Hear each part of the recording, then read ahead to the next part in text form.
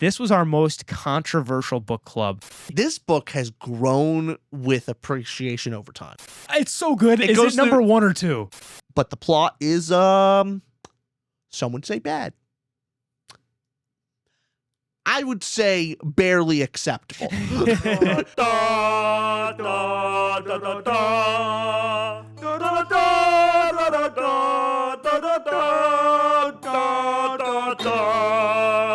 Welcome back to the Tutor Ramble episode. I'm one of your hosts, Austin. I'm your other host, Richard. We are ranking every single book that our book club has ever made for our book club of the month. We've been doing this for 31 months now, so we have 31 books that we will rank. 31? From top to bottom. Now, I know what you're thinking there, audience. Is this a glorified, self-promoted ad for our book club? Yes. However, is this also a good excuse for us to kind of judge our patron members who always make fun of us, and we get to judge their opinions harshly? Also, yes. This is more for them on us being able to judge them. That's what it's really for. This is it. We have, there are 31 total books here, and we have it in a tier list as usual. So we're going to literally, as you guys can see on screen here, top 5, then 6 through 10, all the way down to 1 will be number 31. Ooh. And we will keep this spoiler free. We will not be spoiling any of these books. We'll be saying our opinions on it, but also a pitch in a way to say, hey, who would kind of like this book? Sort of thing. All right. You want to get into it? Yep.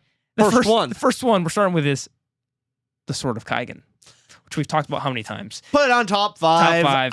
Top 5. I say this purely because, hey, maybe someone hasn't clicked on one of our videos before. Sword of Kaigen's one of our favorite stories. It deals with instead of just war, but mainly the after effects of war. I think the strongest thematic element it goes into is motherhood and a mother's relationship to their children and how precious but sometimes tenuous that can be. It's beautiful. It's about relationships. It's about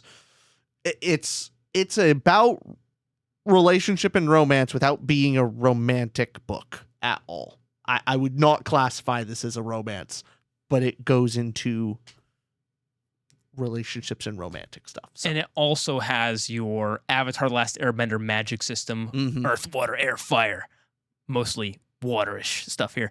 But it also has your action, and it has your drama, your gravitas, your best character I've ever read in fiction. Definitely best female character. Top 2-3 character, Misaki.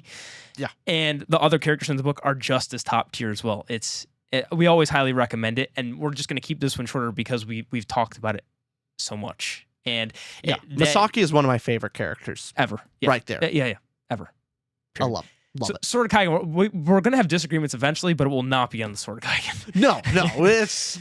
So, that's in top 5. We will have to determine where in the top 5 it goes, though, later on. So here's the next one.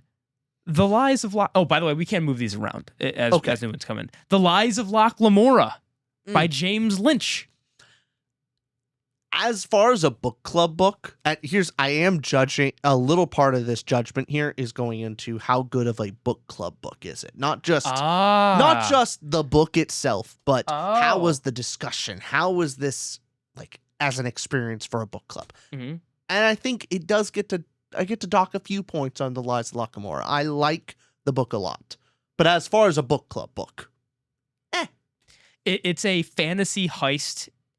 If you have read Mistborn, you might really like Lies of Locke Lamora as well. It's fantasy heist, but there's not as much magic, as in you're not following a character who is any sort of chosen one, super powered, high ability character. This is somebody who's kind of in the underground. They're a thief from the get-go, and him and his little band here are living on the outskirts of, I forget the city name, but it's a Venetian inspired area. You can get some Italian settings in there, and the heist story itself, great. You're just saying on a book club level discussion, there's not a ton to discuss.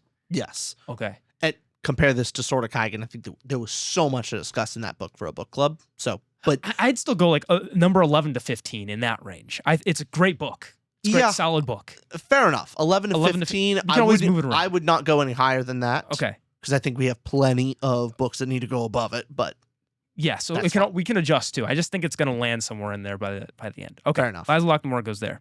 All right, book 3. Oh, Whoa. Fire Upon the Deep. A Fire Upon My the Deep, God, baby. this book has grown with appreciation over time. Are we 3 for 3 on agreement right now? Because this is one of those books that I finished it and went, I like this book. Mhm. And I could only, at the time of finishing, was focusing on flaws that have completely disappeared over time. This is the book with, if you are a space opera fan, it has the best world building I've ever come across in a book, in a singular book. Not series long, because I've only read this singular book.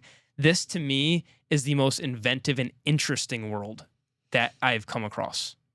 Yeah, as far as sci-fi goes, it reads like a physicist basically was troubled with a cosmic question, and it's like everyone's getting it wrong, and I don't think any of them understand the concept of the singularity well, and so he wrote a story that could make the singularity work within our time frame and came up with physics to make it all work. It's lovely. It's a nerd's book. It's so good. It's so, and it really is world focused and theme focused. If that's your thing, because it's called. I just don't want to give too much away about the concept.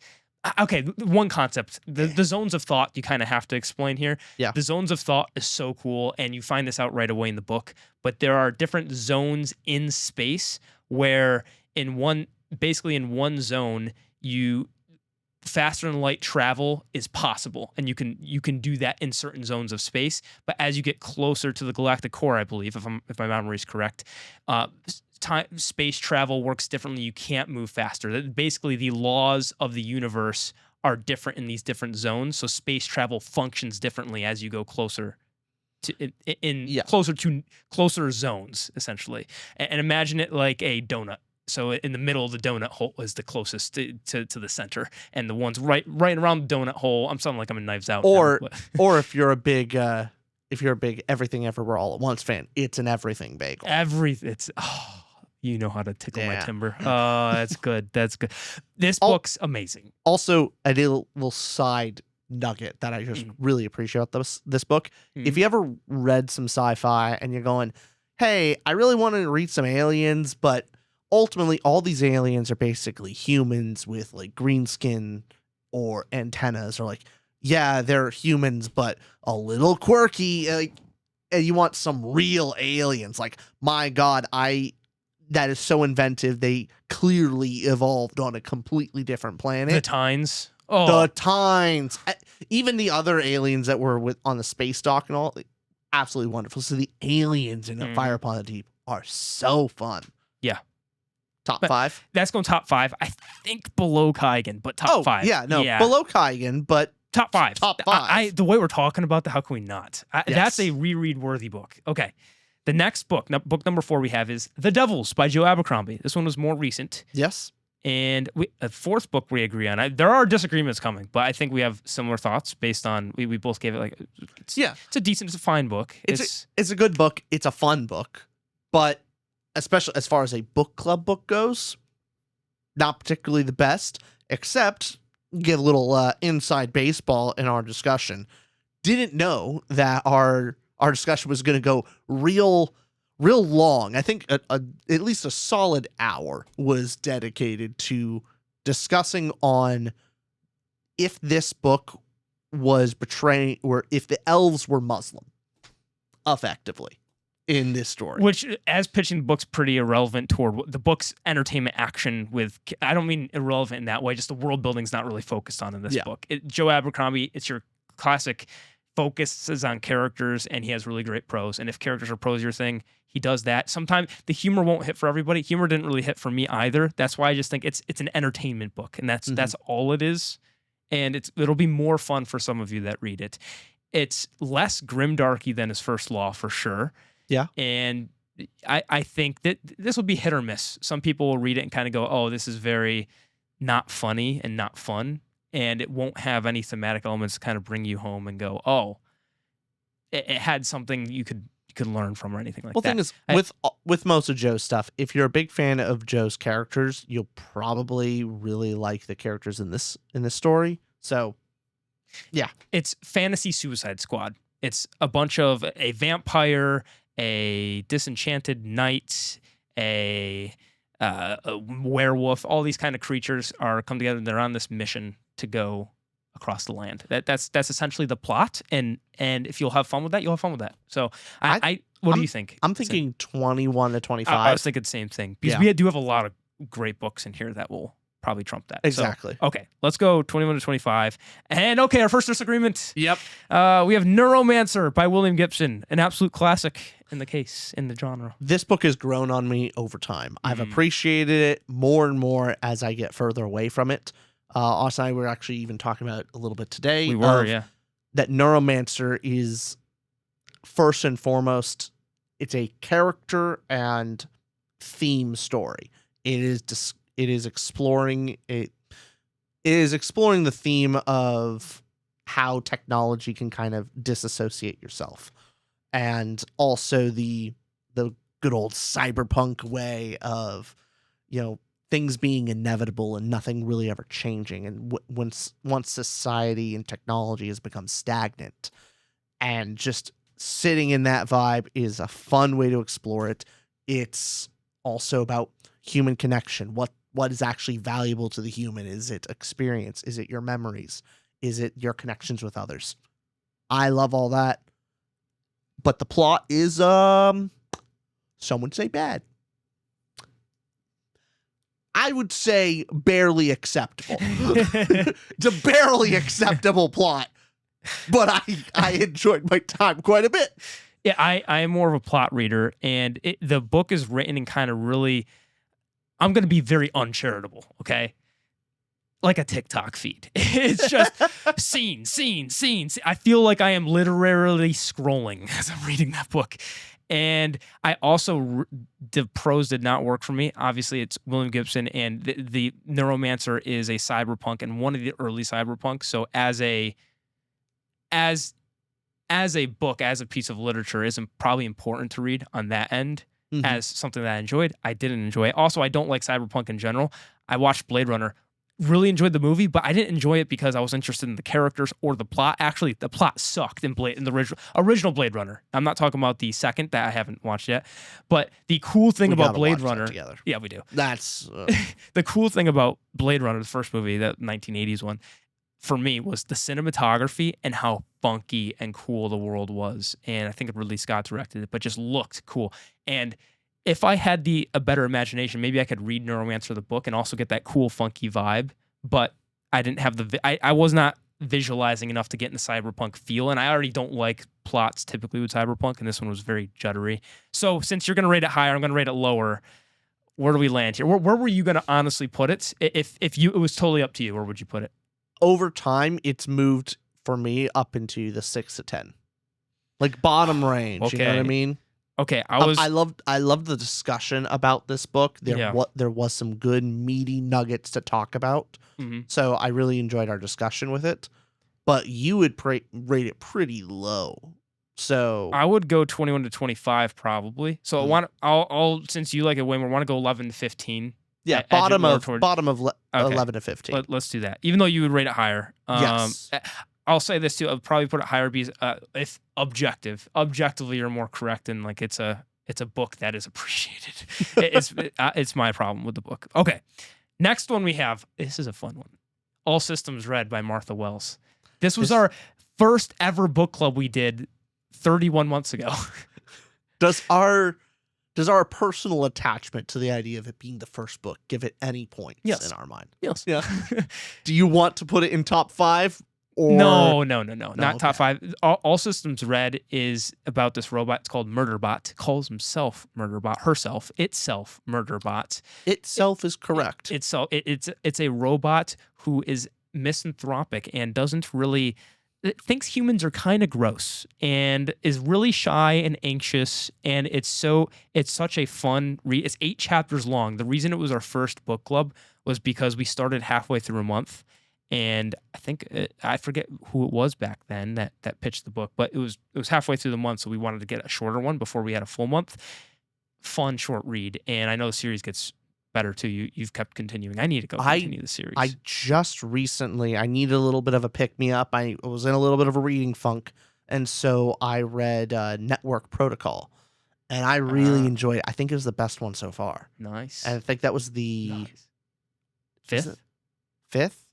I'm found remember Network Protocol or All Systems Down. I think it's Network Protocol. Anyway, whichever was the recent one you read. Whatever recent one I read, I enjoyed immensely. It was a lot of fun. You think that? I think this is top 10. I think it'll be number 10 or 9. I think by the end of this, we can always move. Let's put it at number 11. We can always move up because I think we're gonna have a lot coming up. Yeah, okay. There's a bunch here. Okay, let's go number 11 for now.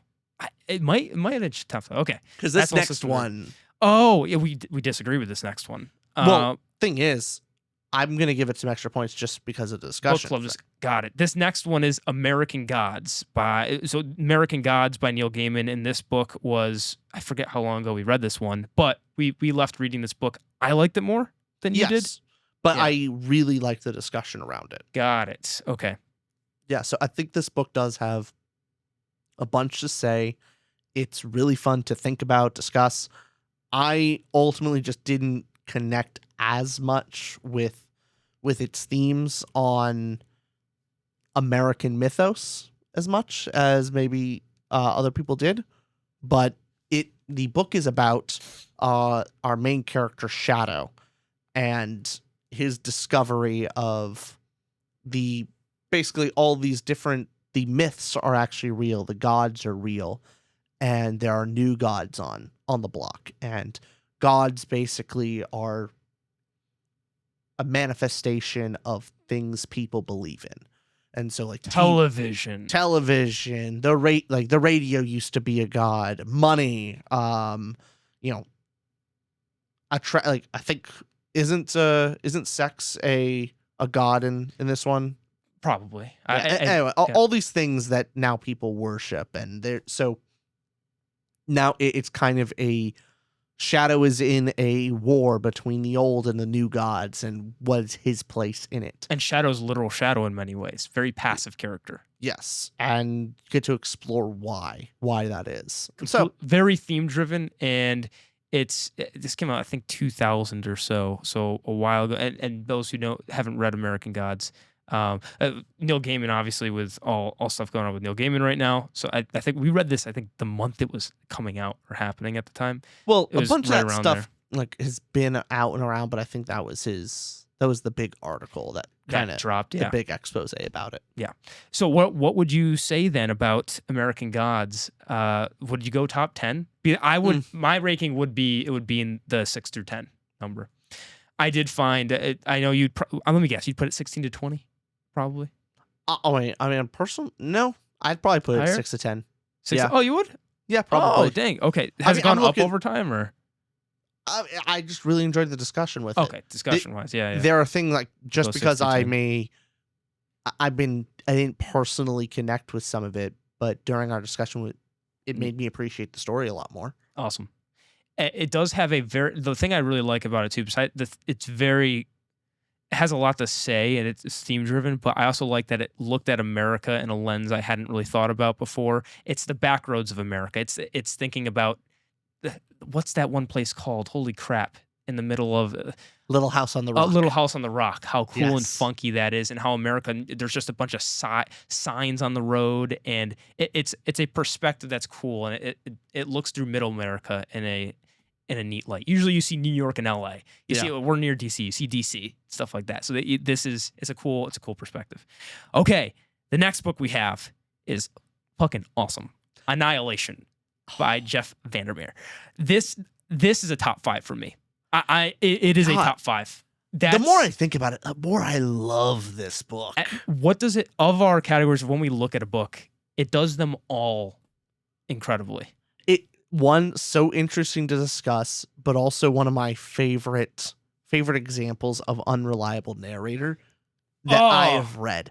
It so much. I think in our discussion we had a point where people didn't know what to believe of the narrator and took the narrator literally. And so I had a very different experience of the book where I'm reading into it maybe too much, but I was thinking, man, this not only is this narrator lying to us, but like the narrator's lying to themselves, and completely changed my opinion of the main character. Yeah.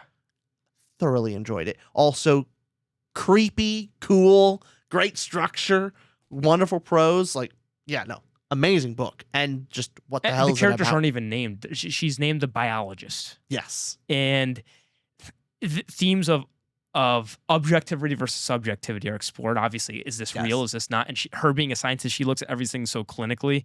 And also isolation and independence versus cooperation is another big one, because her struggle in her marriage is kind of flashed back to as well. It's a perfectly constructed book. The more I think about it, it is. It's also, should emphasize this, it's a horror book. The biologist and this group are going to a place called Area X, and Area X is this unexplainable phenomenon, fantasy horror. Physics work differently there. When people go, when they come back out, they want to go back, or they just kill themselves, and nobody knows why. People's memories get progressively worse and get erased, and so scientists are sending in teams to figure it out. And the reason, especially, they're doing it is Area X is expanding. And the biologist, our main character, is going there because her husband went on a mission and came back different. And then I'll leave it at that. Yes. Yes. So Annihilation, that's a top 5. Do you agree top 5? Yeah, top 5. Now, question is where? Where does it go? Personally, I think I had more. This is where I would want to go. That's my personal opinion. I think you're right. Yeah. We're going number 2, behind Sword of Kaigen, above A Fire Upon the Deep, right? Yeah, that sounds fair. I think so. The only edge it gets is Fire Upon the Deep. Upon reflection, it's like the best. I love it. Mm-hmm. Annihilation, during reading it and after, it was amazing. The thing that to me carries, so I think Annihilation just has better characters than A Fire Upon the Deep. Well, like Fire Upon the Deep has like the better concept, but Annihilation ain't no slouch in that department. But Annihilation has just a superior plot and characters and a wonderful theme. It's the full package. And the world is as immersive. Yeah, exactly. It's a different kind of immersive, but yes. Okay, the next one we have is another Emma Wang book, Blood Over Brighthaven. Blood Over Brighthaven. We both, it's funny, we reviewed all these, so we know each other's exact thoughts. Yeah. This one was a really good book. We didn't love the thematic elements as much, but as far as just dark academia goes, it's a dark academia book where this main character, Siona, right? Mm-hmm. I saw, wow, what a poll. Wow. Good main job. character Siona gets into this academy and discovers, she's the first woman at this magical academy. yes, breaks that glass ceiling and discovers some things along the way about the society, and it's a dark academia for a reason, and things ensue. Exploration ensues. Of oppressed, oppressor, and the costs of a cost of our technological society. Yes. Effectively. Solid book. Yeah. Yeah. Solidly fun book for me, especially there's a couple key emotional moments that really just floored me, of like how impressive it was in writing. It was jarring, emotional. I'm very impressed with Emma Wang's like writing style for it. Yeah. Like, there is a chapter there. There's which emotional. just blew me away. Yeah. So hats off. Emma Wang knows how to write. She does. But I put it 11 through 15. I'd put it a little lower just because I don't think the discussion for a book club was. I wanted it to be. This book was set up to be really great for a thematic discussion that I found was incredibly lacking. And so we did talk about it for a long time. It was like 2 hours focused on it. It was just what was it about the discussion that didn't go as well for you? Well, the book goes over the idea of intentions versus outcome and what is actually like what is a moral thing? Do intentions matter? Does only the outcome matter? Is it a mix of both? And I don't think it really worked. So I mean, I do agree with you on the discussion. Yeah. Yeah. Okay. So, Well, 16 through 20. Okay. If we I go would put it a 16 little through, lower. if we go 16 through 20, I can't put below Neuromancer hurts. But how about 16 through 20 for now. For now. All right.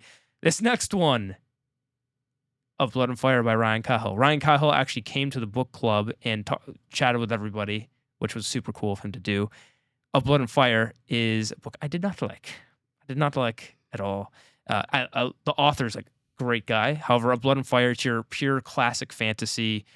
It's Wheel of Time meets Aragon. You can picture it's your group of guys and a gal in a basically farm boy trope, small town, and an attack comes to their town, and there's this grand adventure that they go on, and there's elves and all the things. But if you just like pure classic fantasy, it's a shorter Wheel of Time book.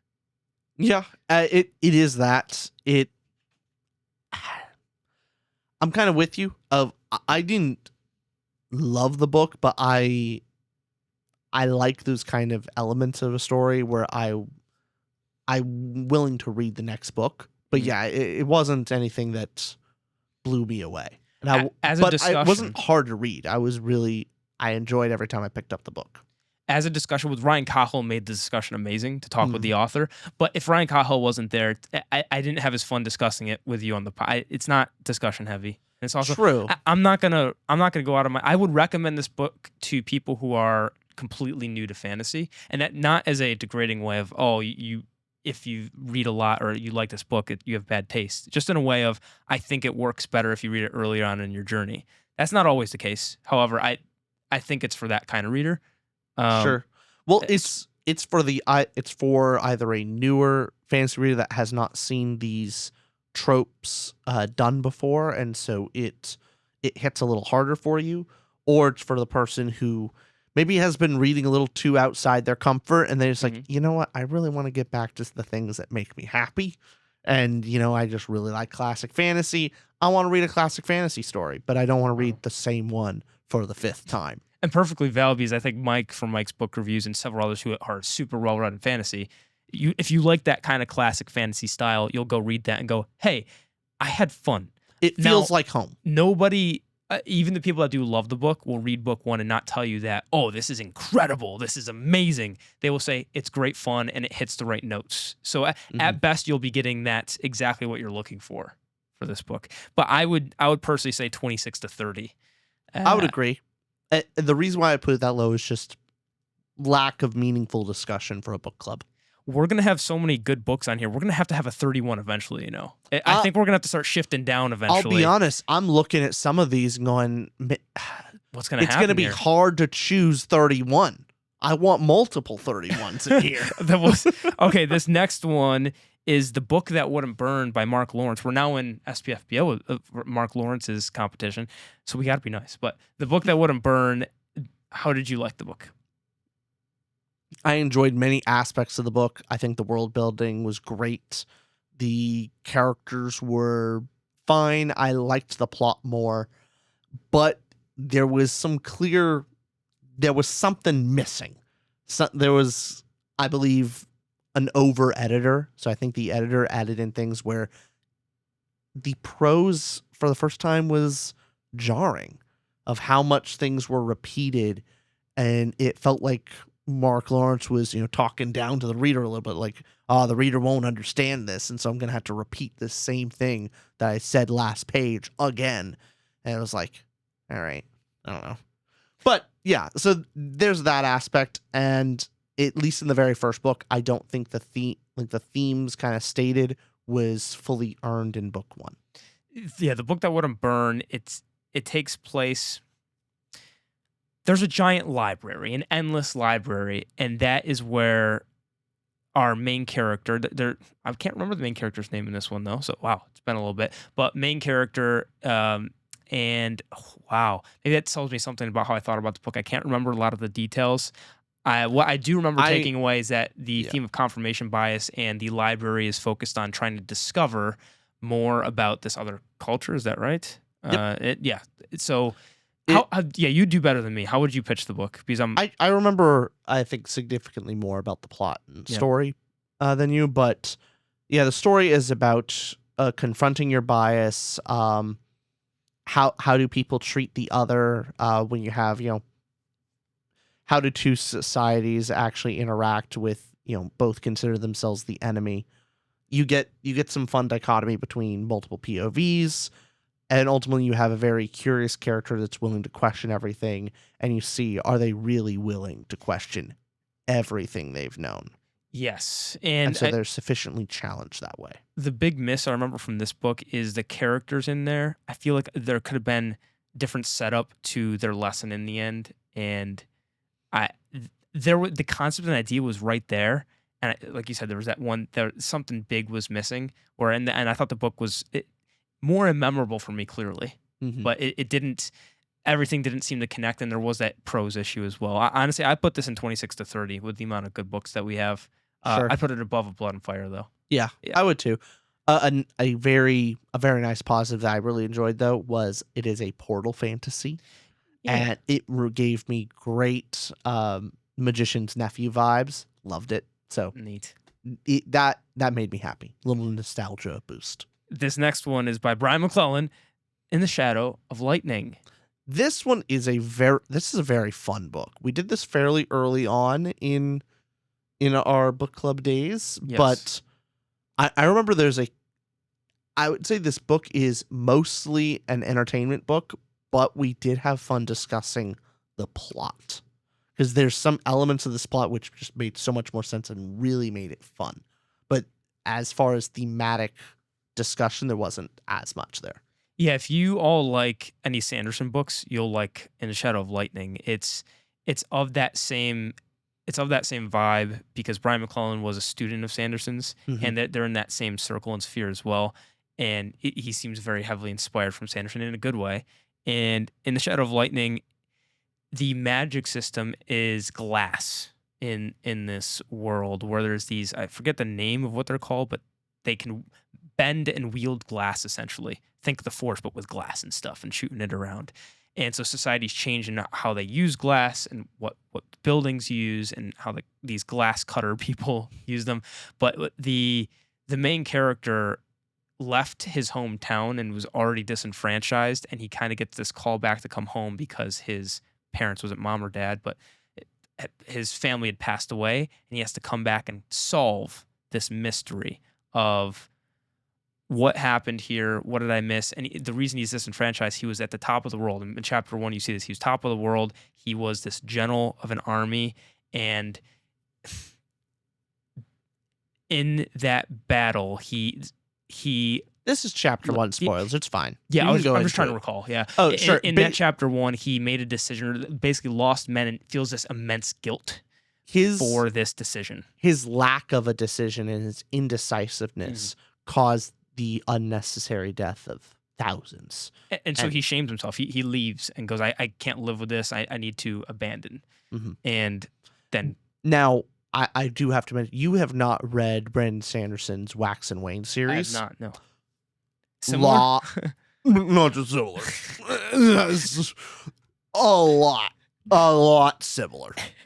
Like, main characters have very similar backstories. Really? Similar type of character, similar role, similar personality, similar origin story. The secondary characters are also very similar, of mostly the not like kind of the comedic one. The sense of mystery, the world building, the magic is it's a little bit similar. Just a tad. I couldn't help but comparing it the entire time. However, that's not really a knock on it. I think that's not a complaint. I enjoyed both, and this had its own direction. I think it definitely goes more into the main character's sense of guilt on this particular aspect, and in many ways, yeah, I enjoyed it. I think I enjoyed it just as much as the first Wax and Wayne. I think the knock on it is a couple of the things set up with the characters don't pay off in the end, and a couple of things there could have been more.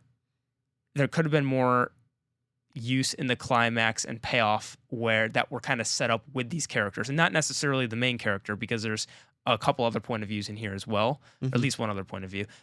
A couple other point of views in here where these characters have interesting dilemmas, and I was very interested in those dilemmas, and that some of them were dropped off a little bit or didn't affect the character as much as I thought they were. You know, the one side character I'm talking about. Yep.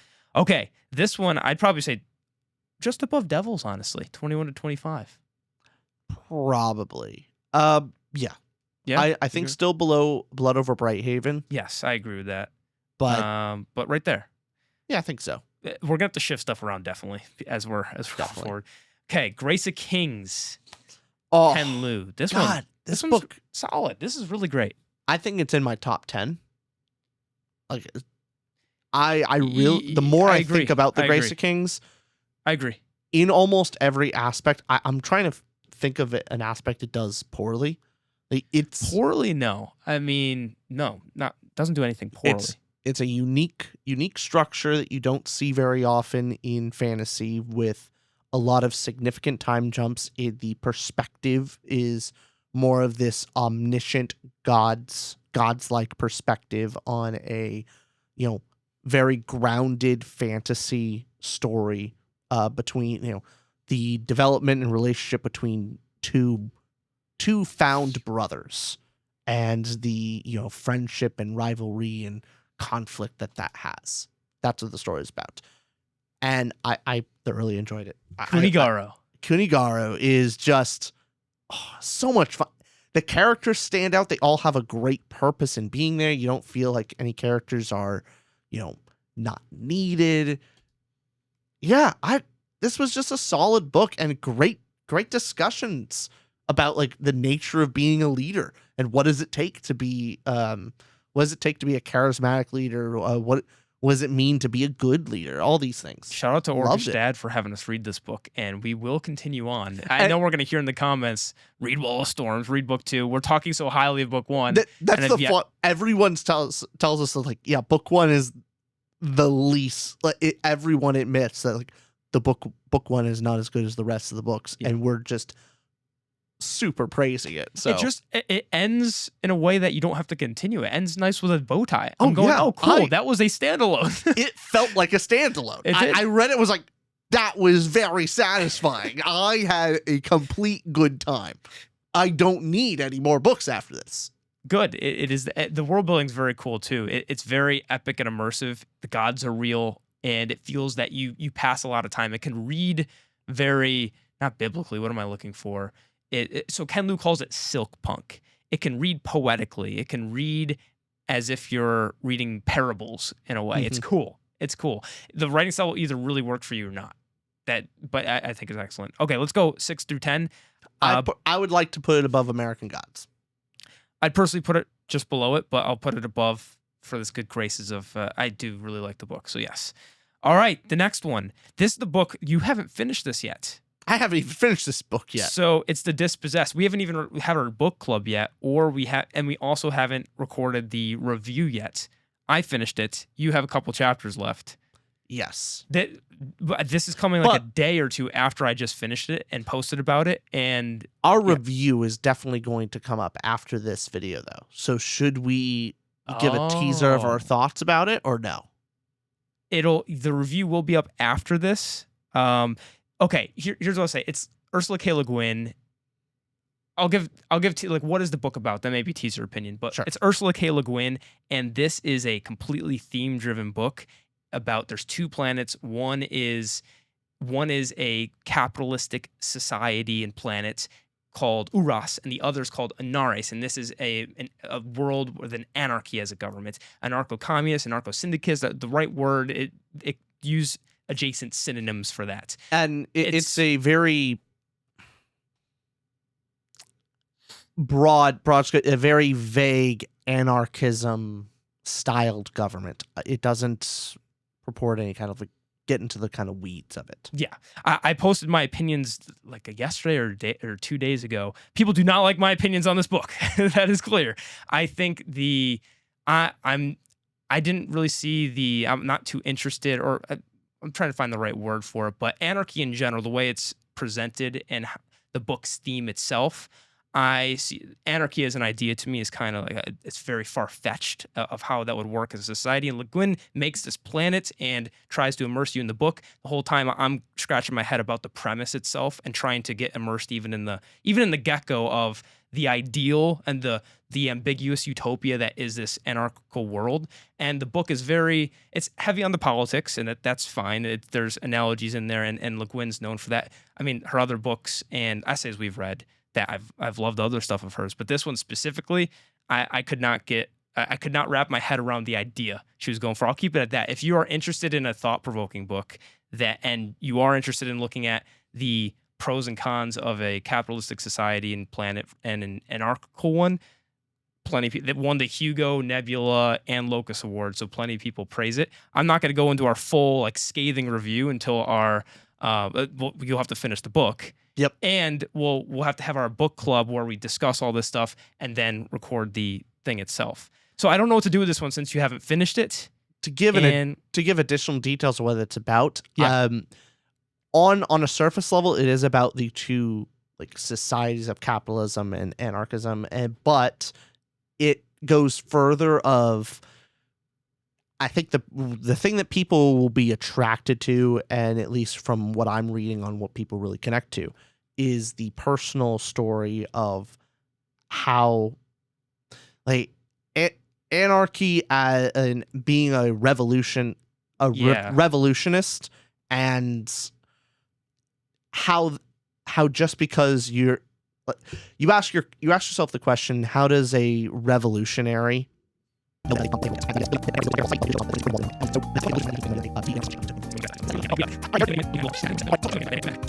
So I apparently just kind of gave away the message of the story, and it was decided, by me, that that's apparently spoiling the book to tell you exactly what the message and end goal is.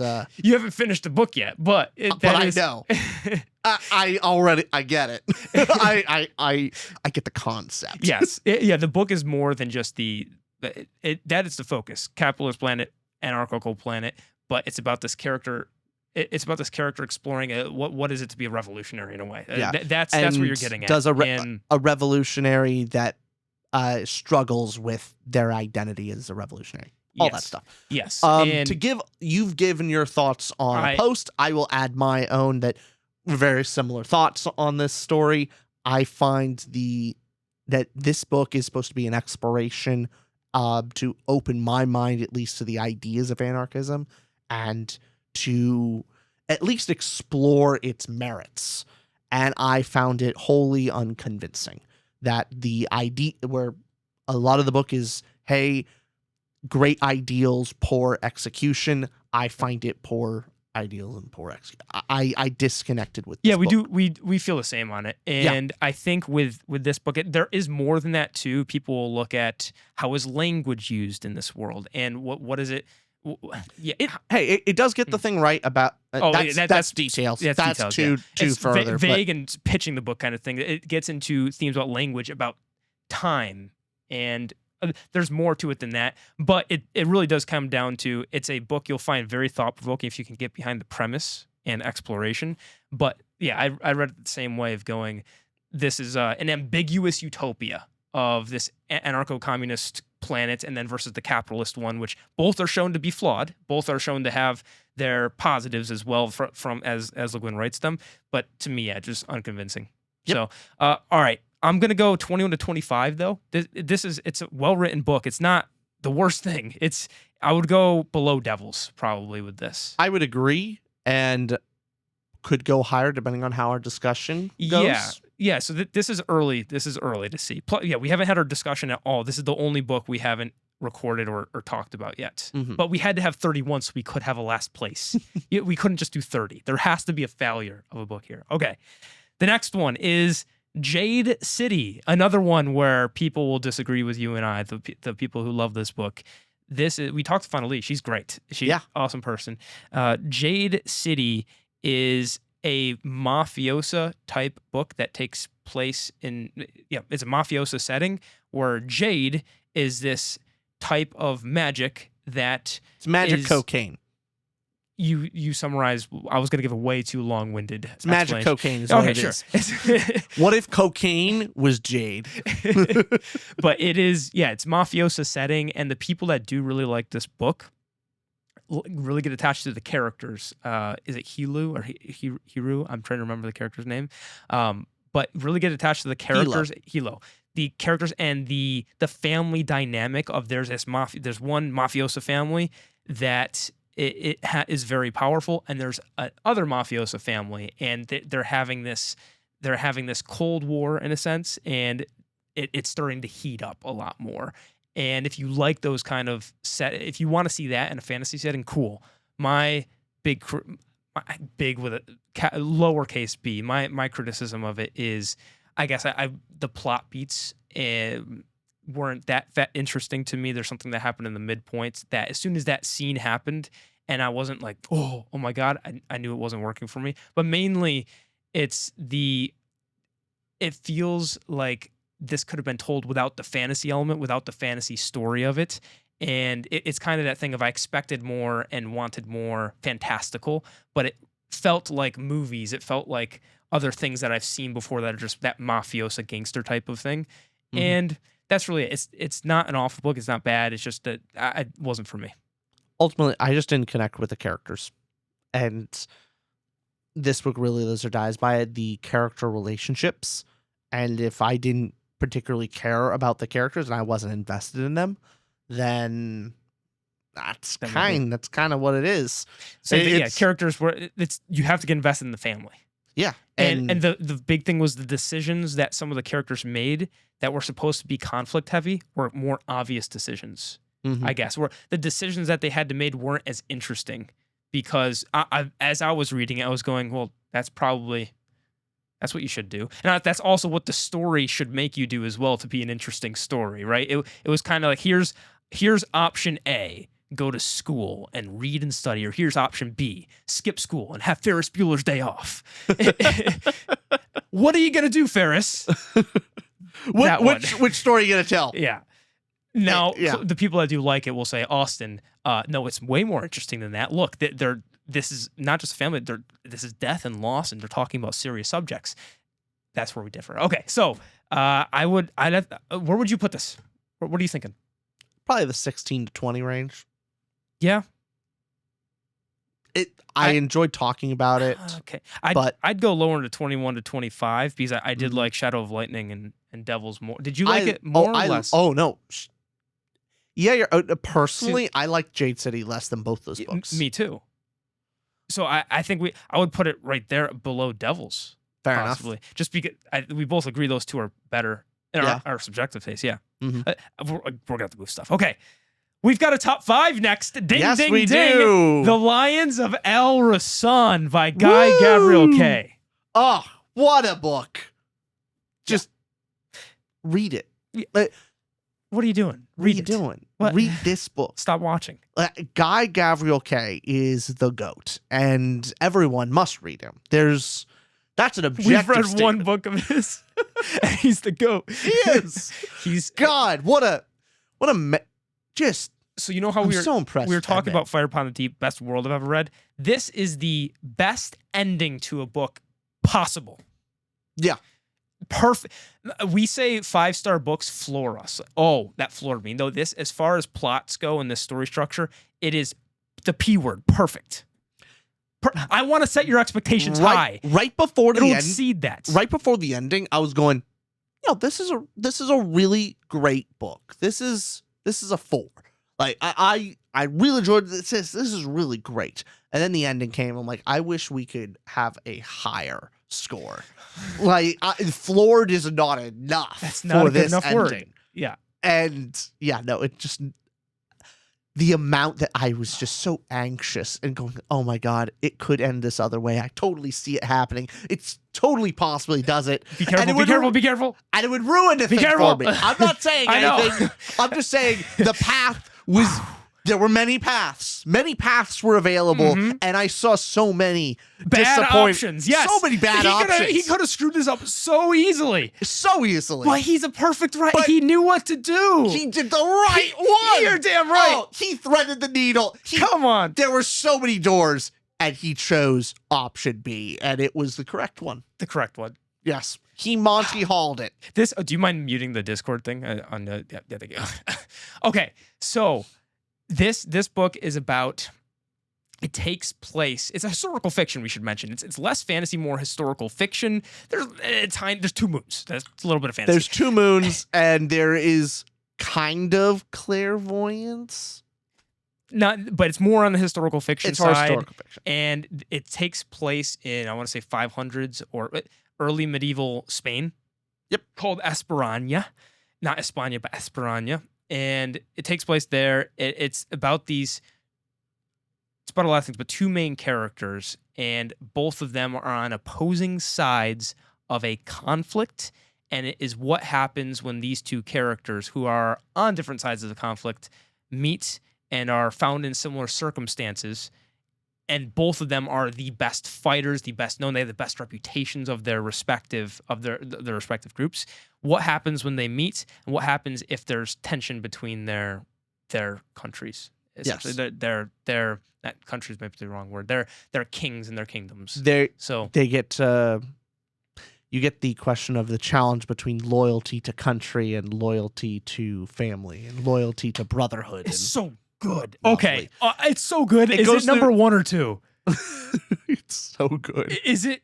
I mean, it's above Annihilation, 100%. Like, no question. Is it above Kai? These are. I don't know what to do here. I would say 2. I still think ML Wang made something incredibly special that I still have. For our book club books, it hasn't been topped yet. I agree with you 100%. I agree. Sword of Kaigen for me is top 3 book, maybe my favorite book. However, the ending of Kaigen, true. The only not as good. Only because it just went on a little. We're not giving anything away. Just everyone complains about it. It's going, this sets up for a sequel type thing. But it could be like it's just not, one. I can't say pass. Perfect with a P like I could for Guy Gavroquet's book. True. But Kaigen, I will say, is still number 1. The peaks of it are insurmountable. Okay, next one. I love this book. This for me is a top 5. I don't know if it is for you, but The Winter King by Bernard Cornwell. It's not a top 5 for me. I really enjoyed it. Yeah. It's really good book, but I am more anticipating the sequels rather than this book in particular. So I would be totally fine putting it in the 6 through 10 range. Top of 6 through 10? Top of 6 through 10. I'll take that because Winter King is the first thing that stands out to me is, and George R. R. Martin says this too, the prose in this book and the battle sequences are the best I've ever read. I keep saying the best of because there aren't a lot in here. Obviously, the book club pickers, patrons, you've done well. Good job. You've made us read some of our favorite books. Maybe we don't hate you deep down because we have this relationship right now where you destroy us and our egos and everything, and we don't say anything, but it's like, oh no, $10 more, please. And we grovel. Like, please. However, how much does that make the medicine go down a little nicer? Of like, when Levy is just getting on her ass. God, but he's... I look at that and go, look at the clock. I could feel bad, and then I pull up the bank statement and go, he gave us $10. At least he pays us to shit on us. He pays us, and I can't feel that bad. You other people that are here commenting shitting on us, it's we respect it slightly less. Just you're getting free hate. Free hate, come on. At least pay for that. Okay, so also I should mention what we're wearing right now, Into the AM. Check out our code in the description below. We've been wearing these shirts. They're very comfy and fun. They're very fantasy related and nature related shirt art that you could check out on intotheam.com and use our code Ramble for a discount. So. They also have a bunch of other clothes. Personally, I actually really like the feel of the Into the AM shirts. Like, so I am a little picky on my type of shirts. I kind of go out of my way to get not itchy shirts. Mm-hmm. So I actually very much enjoy this. I wear these shirts all the time. Yes. So thank you. As we were plugging our Patreon. Yeah, take my second one. I'm taking it. But you're not. as we were plugging our thing, I was like, oh yeah, we should mention Into the Am. Thank you, Into the Am. So Winter King, I didn't even mention. So I mentioned the prose and the battle sequences, but not even what it's about. It's an Arthurian legend, similar time period as Lions of Al-Rassan, or early medieval 500s, 400s, where all Arthurian legends take place in this time, as far as I know. I could be wrong with that, but Arthur is this legend, and he is viewed in the same way that Great Gatsby is viewed in the Great Gatsby. It's not King Arthur's perspective. It is the perspective of one of his soldiers, Derfel. And it's so fun because Derfel's writing from this unreliable narrator where he embellishes some stuff, and it's funny how he embellishes some stuff. And Arthur has aura, and it is awesome. It is fun. Oh, am I being cringe? Oh, I'm being cringe. You're just being real. You're being real Gen Alpha. You're trying to appeal to the Utes. I think they need some more Arthurian legends in their life. So you need to get up off your ass and read about the true King Arthur. That's the thing about this book, is it feels like the true King Arthur tale, as if you're sitting by a hearth and going, oh, who was the real King Arthur? And it has that level of realism because it's interwoven with, there are exaggerations like there are in stories, but it brings you back into what actually happened. You start questioning yourself. And all the figures you think you know, such as Lancelot and Merlin, all of them are done in such a fun, unique way that doesn't take away from the legend itself as well. It brings more complexity into their character while also nuance it and being new, even though this book was written in the 90s. Bernard Cornwell I'm starting the second book, Enemy of God, now, and I imagine I'm going to think high things as well. And also, after all that, additional praise for it. Yes. Bernard Cornwell is one of my dad's favorite authors up here. He has read everything from Bernard Cornwell and loved it all. Now you know you heard my spiel. All you need is that spiel. Yeah. I really want to put this top 5. I'm getting a little pissed off, but number 6. I'll take number 6. I see another book in here that belongs in top 5. I see it too. Okay, I'll put it number 6. Come on. Okay, the next we have is our second Le Guin. This was the first Le Guin we read, though. The first Le Guin. First Le Guin we read was... second one in this. The Lathe of Heaven by Ursula K. Le Guin. I like this one. I do too. It is a fun book. I really like the concept of the book. It is definitely classic sci-fi weirdness that kind of only comes from that era of like the, I don't know, pulp or post-pulp, that area. Yeah, just the willingness to be very weird and out there. The concept of the story is our main character, who I can't remember the name of. George Orr. George Orr. I remember just because it's like George Orwell. And yes. It is relevant. That is a relevant detail. But anyway, George Orr sometimes when he dreams, his dream becomes reality. And when he wakes up, basically the world that he dreamed is now real. And so basically he starts to become terrified every time he goes to sleep. He's afraid that he's going to fundamentally change and alter the world again.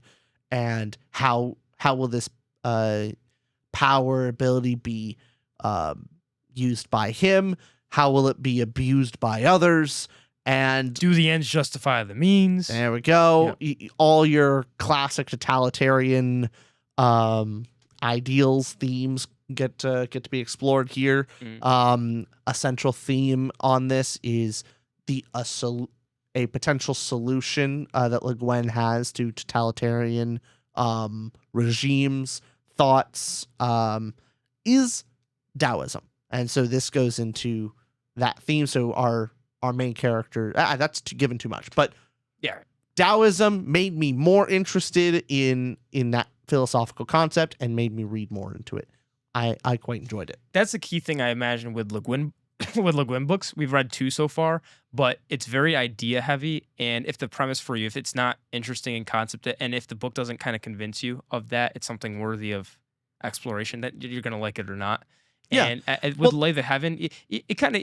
It did the job of like, it made me more curious to read more of like, it did a sufficient job of going, hey, you set the groundwork to make me more curious about Taoism, which I would imagine that's the goal of the book. If Le Guin is going to have any goal, it's just coming from her interviews. It's to hopefully make someone more curious. Yeah. Right. Yeah. So accomplish the job. I think 16 through 20, right behind Brighthaven. What do you think? I think so. And all the reason that is, I think, as far as plot and emotional connection to the characters was just not. It really wasn't there, but it was still a fun time. It's also repetitive on purpose. I have this feeling with Le Guin books so far, like I like Lathe of Heaven, that they are books and ideas. She obviously takes her time, explores them well, but they're kind of essays or thoughts she could write in not fantasy, not sci-fi section, and ideas that she has that she puts into a fantasy or sci-fi world. Obviously, because these are sci-fi books and fantasy sci-fi books. So you could take the Lathe of Heaven, also have an essay on it, on her ideas and thoughts, and your small c complaint about, the characters and plot wasn't the most compelling thing. She's not going for the most compelling plot from these two books. It doesn't seem like but then again, people really love the characters, so it's... From her interview when she was, so I was watching an interview on, I think it was Charlie Rose was interviewing her on the Lathe of Heaven when it was a PBS special movie. Okay. And they asked her about like how does she go about her writings? Does she does she go about these themes first, or is it about the characters? And she said she mostly, this one was a weird one, as she actually did have to think about the plotting. To a more she usually doesn't. She usually just wants to write characters that are compelling and that people will want to follow and make the characters real. And when she does that and lets the characters kind of explore. Okay. So that's from her point of view. So maybe it should be a higher criticism for us of if I didn't really enjoy George Orr. It's not that she's not trying to focus on the characters. She is focusing on characters. He feels like he's intentionally replaceable. Yes. In a way. It does connect to the theme. But George Orr to me is more of an idea than he is a character. That's the thing. You know, he's a concept. I guess, but it connects more to the reason why he's not replaceable is because you put any other type of character in his situation, and only someone with George Orr's mentality and mental fortitude could survive this story. Things that happen, yeah. In many ways, it makes him irreplaceable. Of his worldview allows him to survive. Yeah, he is unique in that way. Maybe replaceable, you're right, is the wrong word. It's more he isn't a character that I guess is... He's not an active character, is maybe the more word. He's not an active character, but he is a passive character, like Shadow was in American Gods in a different way. And like this next character in a book we're about to talk about too. Yep. But yeah, so idea heavy again with Le Guin books. We'll have to read more Le Guin to get a more accurate opinion on are all of her books theme and idea driven. What you're saying, is it not was she saying it's more character driven for her? Or is that just more of a unique take? Oh, she's very character driven. Interesting. Okay. So I as I read them, I feel that it's very idea and theme heavy, but maybe that's just because I think that's her influence and what she is interested in exploring. But I think as a writer, she at least says she's focused on writing interesting characters that people want to follow. I mean, those characters are vehicles for the ideas and themes in a story anyway, so it's interconnected. But okay, this next one is Mort by Terry Pratchett, another passive character. Oh, but I find a more compelling passive character personally. It's Terry Pratchett. Mort. The GOAT. Describe Mort and pitch Mort. I adore this book. You know what's absolutely lovely is how great this book is and how much better it gets. Like this is not even close to Pratchett at his best, and it's still wonderful. It's still better than a lot of the measlings that we are. Concept of the book. If you have never heard of Discworld before, Discworld is a series that you can read almost completely out of order, but it's a fantasy absurdist world where the The world is flat. It's a flat disc on the backs of 4 elephants standing on top of the great turtle Atun that is flying through space. Perfect. That is where Discworld is. And for this story at least is centered around the character Death. Death wants a vacation. Death is treats his job kind of like a think of him almost like a blue collar job kind of guy, but he's the incarnation of death. He wants to identify what a purpose is, what makes people happy, what is joy, like trying to connect with these kind of human concepts that he sees and never really gets to experience, especially since he is death eternal. He experiences time differently than us because he doesn't have a, linear, birth to death experience. He can't connect with people. And so he tries to go on vacation, and to do so, he gets an apprentice, Mort. So he can shirk off some of his responsibilities and go fish or drink or talk to people. And it's fun. It's lovely. Then you get Mort and this really passive character learning to come into his own and assert kind of his identity. It's lovely. That's well described. It's very lovely and it's hilarious. It's hilarious. Terry Pratchett is the GOAT at dialogue. There's some quotes I'll never forget from certain books. One of them from Hitchhiker's Guide. I say it all the time. I just find it hilarious. It's the ships hung in the sky much in the same way that bricks don't. I'm just like, that's the funniest line you could ever say in literature to me. I'm sorry. Every time it hits. Every time. And then in Mort, this doesn't give any plot thing away, but just the humor of Terry Pratchett's top tier of Mort at one point is getting robbed or something, and there's these 3 henchmen, and this one guy, has got Mort, and Terry Pratchett says the 2 other henchmen came in for immoral support. Come on, Terry, that's hilarious. And these books will make you laugh like no other. I to me, this is top 10. This is top 10. What book how funny is that? It. How funny is that? To me, that's top 10. I mean, I will even go up there and say I think it's right above Grace of Kings. Oof.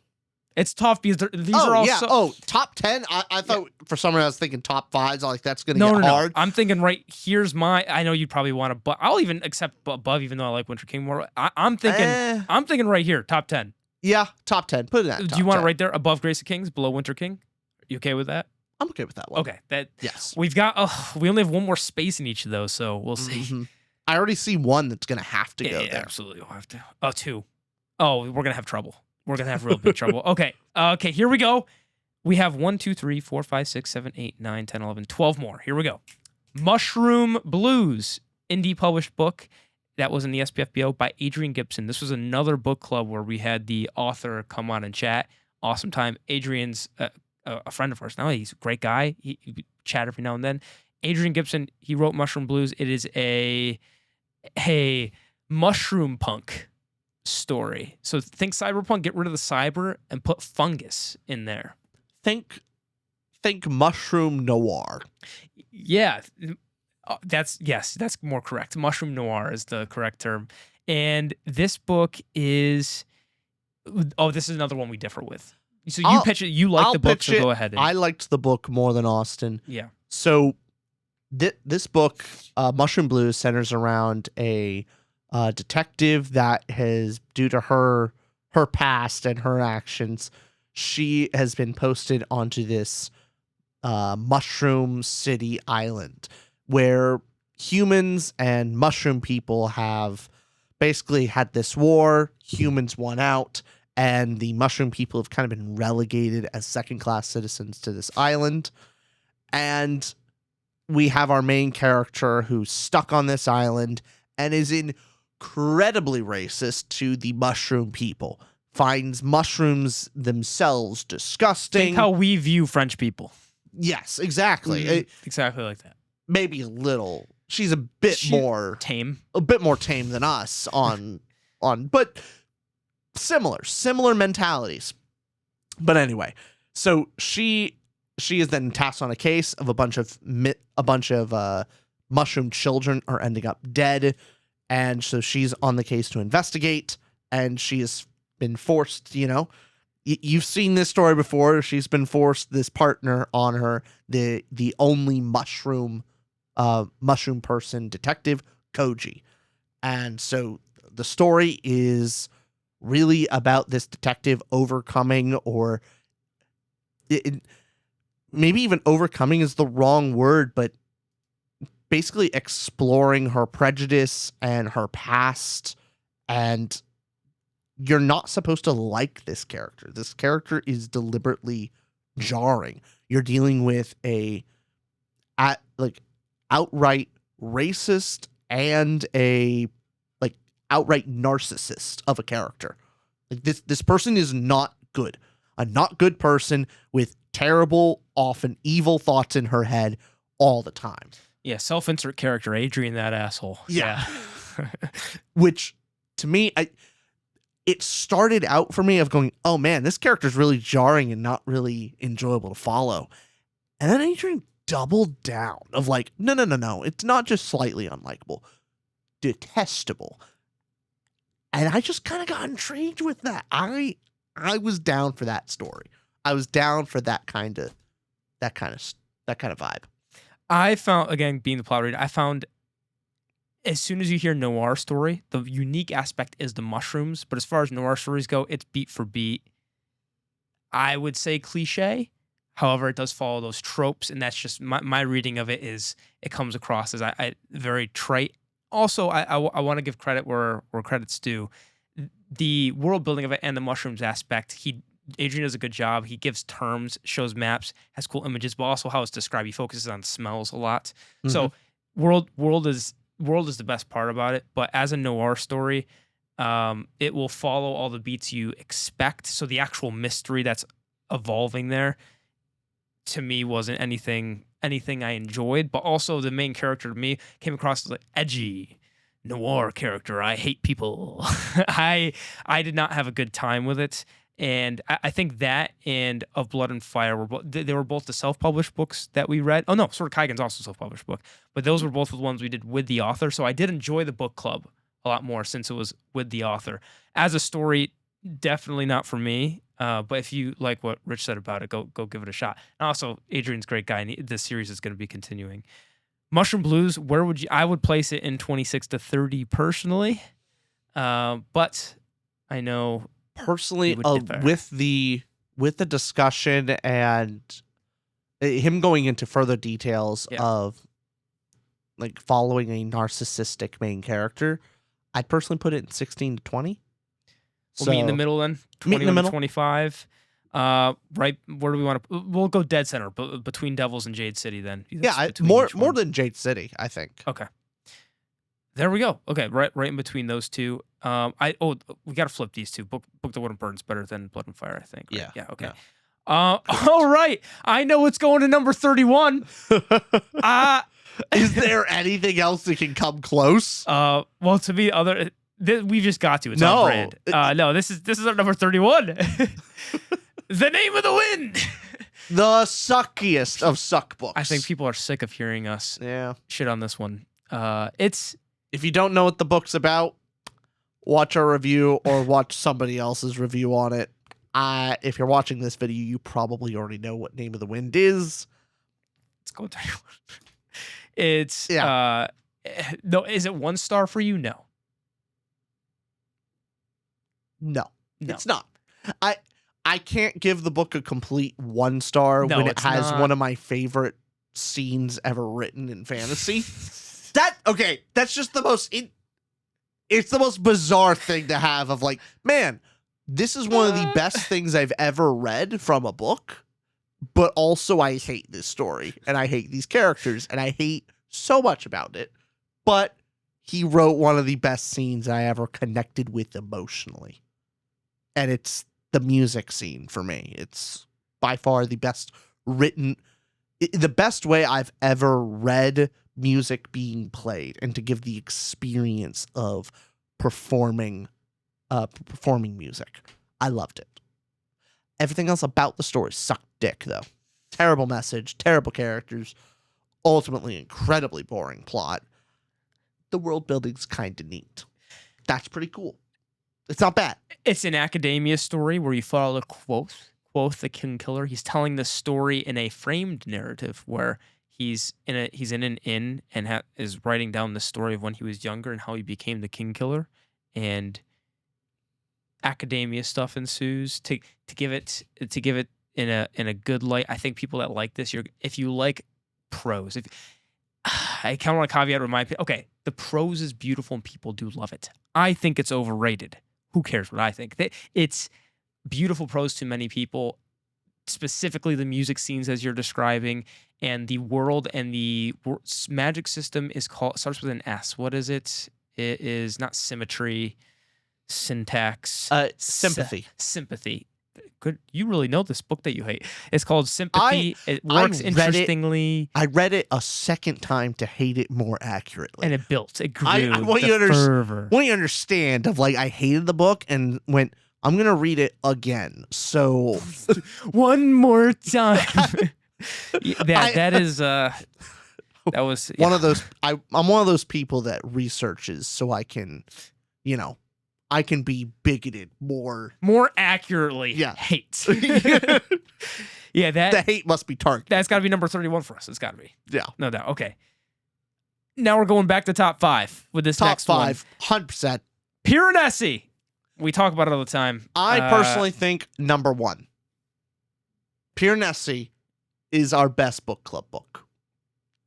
Oh, you're saying book club discussion book. Like, okay, not only book, which I love Piranesi. As a book, it's one of the number 1 books I will recommend to anybody anytime at any point in their life. They can have this book. They gotta read this book. And it's valuable to everyone. Not only that, but our book club discussion was one of my favorites we've ever had. That was one of my favorite book clubs. I went into it going, I think I understand this novel, and I think this was really interesting. I loved it, but I think I understand what it's about. And then almost every single person had a different view of this story, and all of them were valid. And were just blowing my mind of like, oh, that's how you saw the story. Like, that's what you thought was real and what wasn't. That totally makes sense. I can't refute that. That totally gels. I loved it. It was eye-opening. It is this enchanting book that takes place in an area of endless statues. And your character, Piranesi, he's writing these journal entries that are so mystic and cool. And wow. It's a very, very, it's a very trippy book in a good way. It's a top 5 book, definitely. I would have put it below Lions of Al-Rassan as personal taste of this being a 5-star amazing book. But you're saying the book club discussion puts it up there more.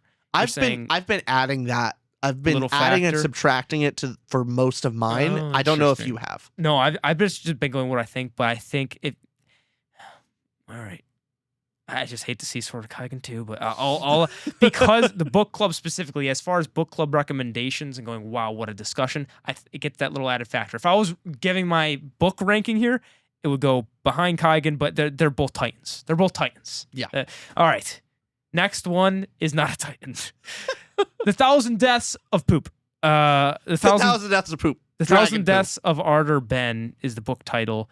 Dragon Poop is the magic system in here. We were on a panel at Dragonsteel with the author, Tyler Whitesides, and we had to tell him beforehand, going, "Hey, we read your book. We didn't like it. We might have talked a little negatively about your book, but you, hey, distraction." Fun guy, and the book itself is who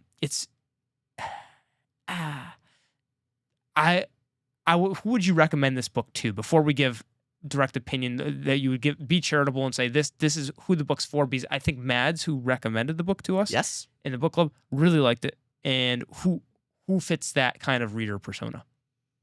Don't be mean. You're about to go in of let me.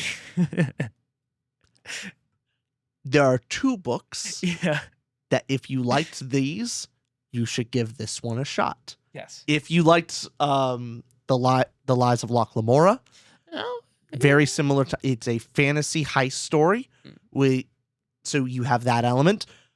I also think it's, imagine if you combined a darker shade of magic and the Lies of Locke Lamora.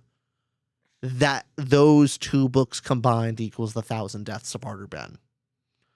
Specifically, how with the darker shade of magic has your main POV character, but often the character most people will identify with and connect with is the female side character that is normally the. Let's say people haven't read those though. Okay, if you haven't read those, what else?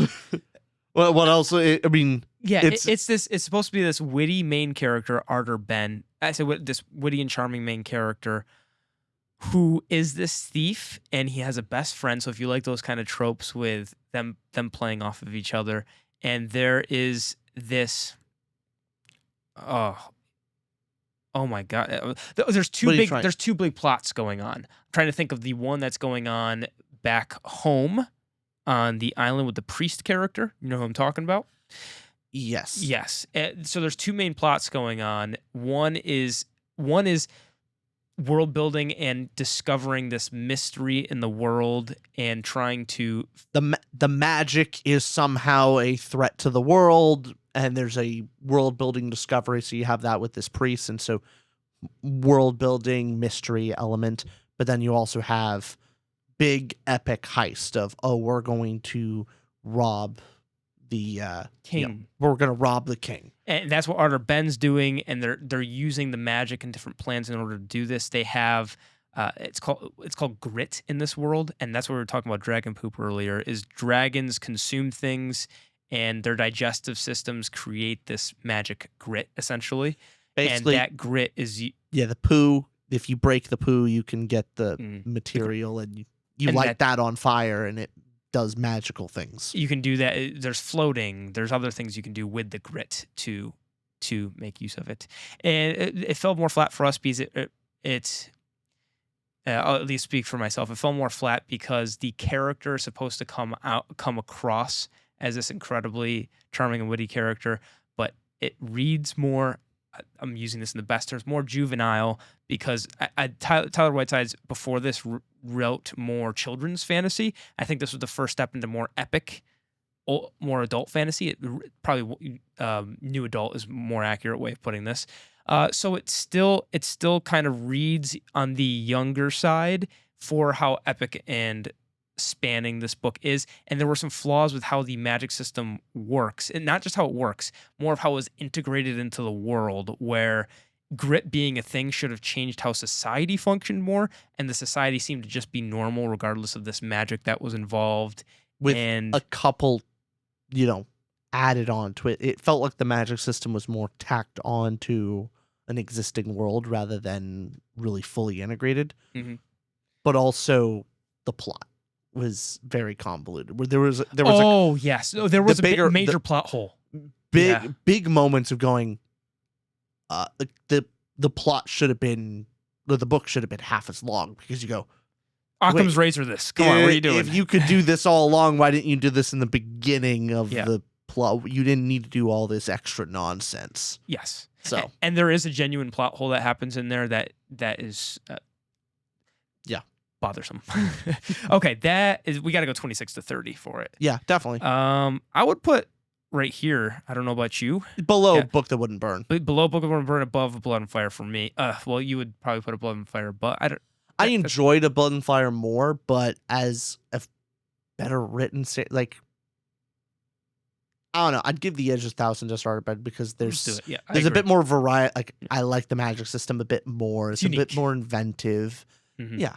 So next we have is Kings of the Wyld by Nicholas Eames. We had him on the podcast, and we chatted about what do authors owe readers and what do readers owe authors. That was a fun chat. Reminiscent, and mainly in the discussion of George R. R. Martin. Yes. People always talking about how, hey, George, you're not releasing the book. Yeah. When's the book coming out? And, him getting pretty sick and tired of hearing that. So, yeah. and our thoughts. This book was, we thought it was pretty middling. It's fun at times, but pretty average book. Yeah.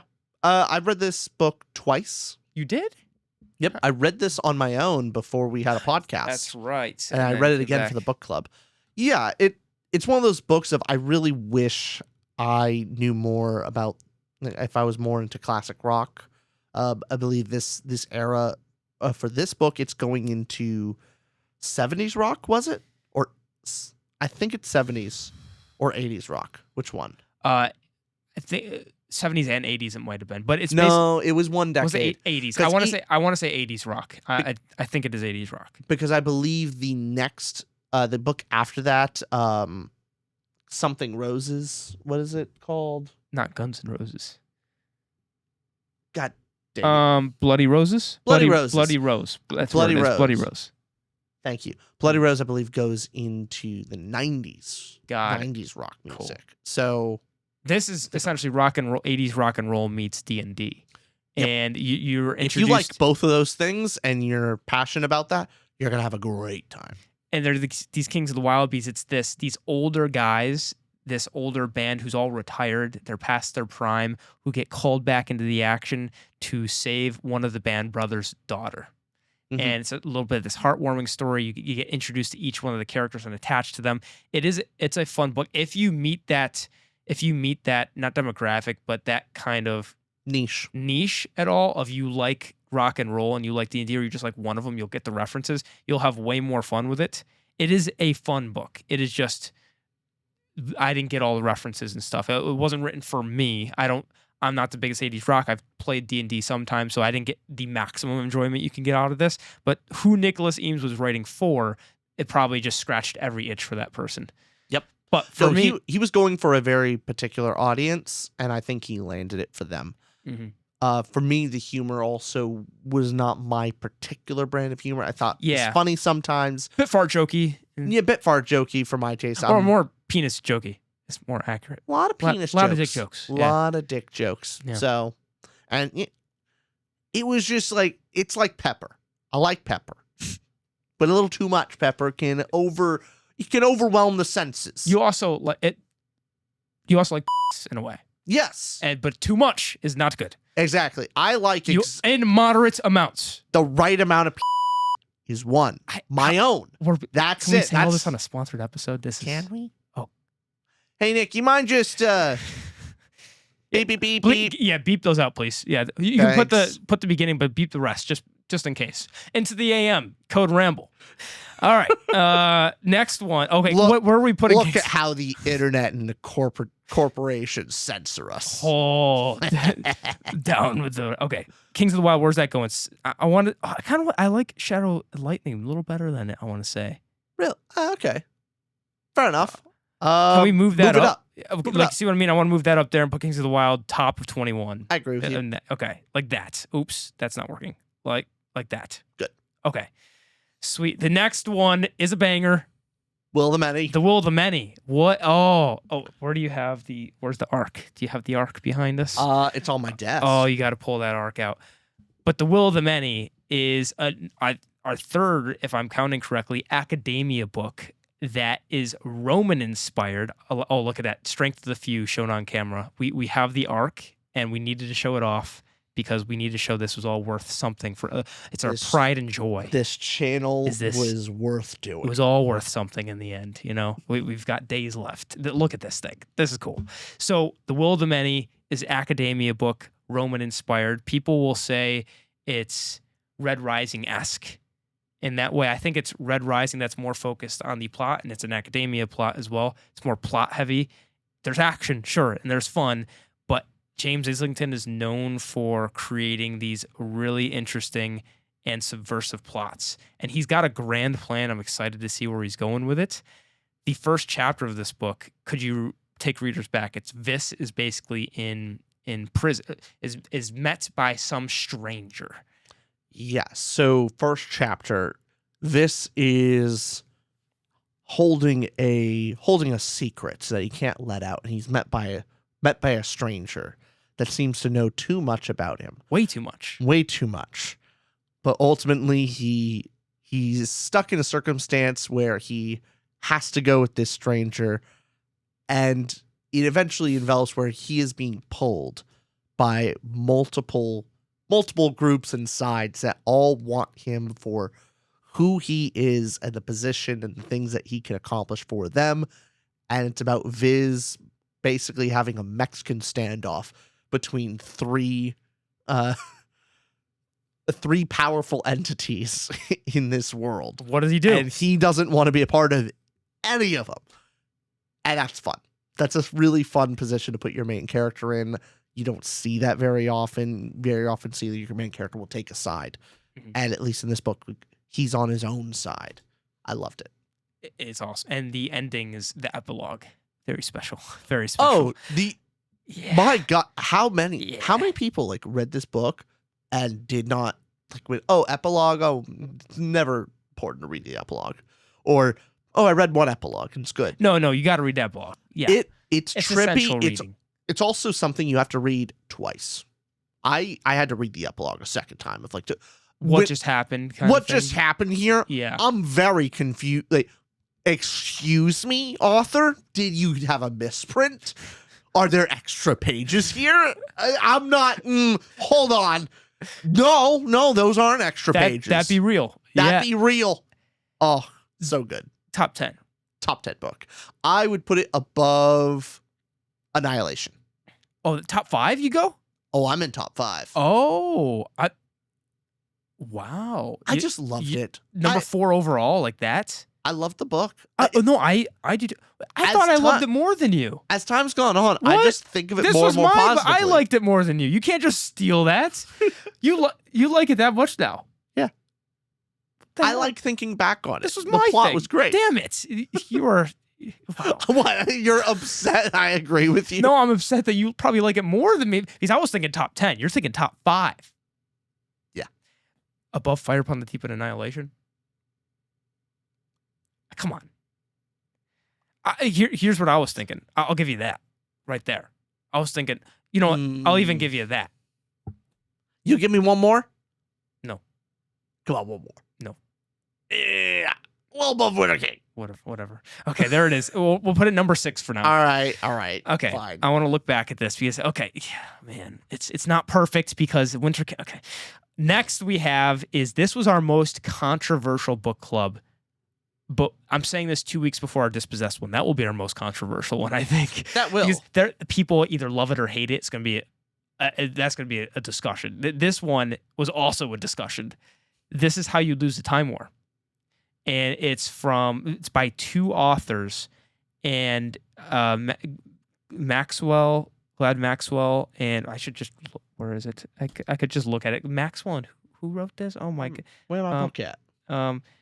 This is How You Lose the Time War. Here it is. Max Gladstone and Amar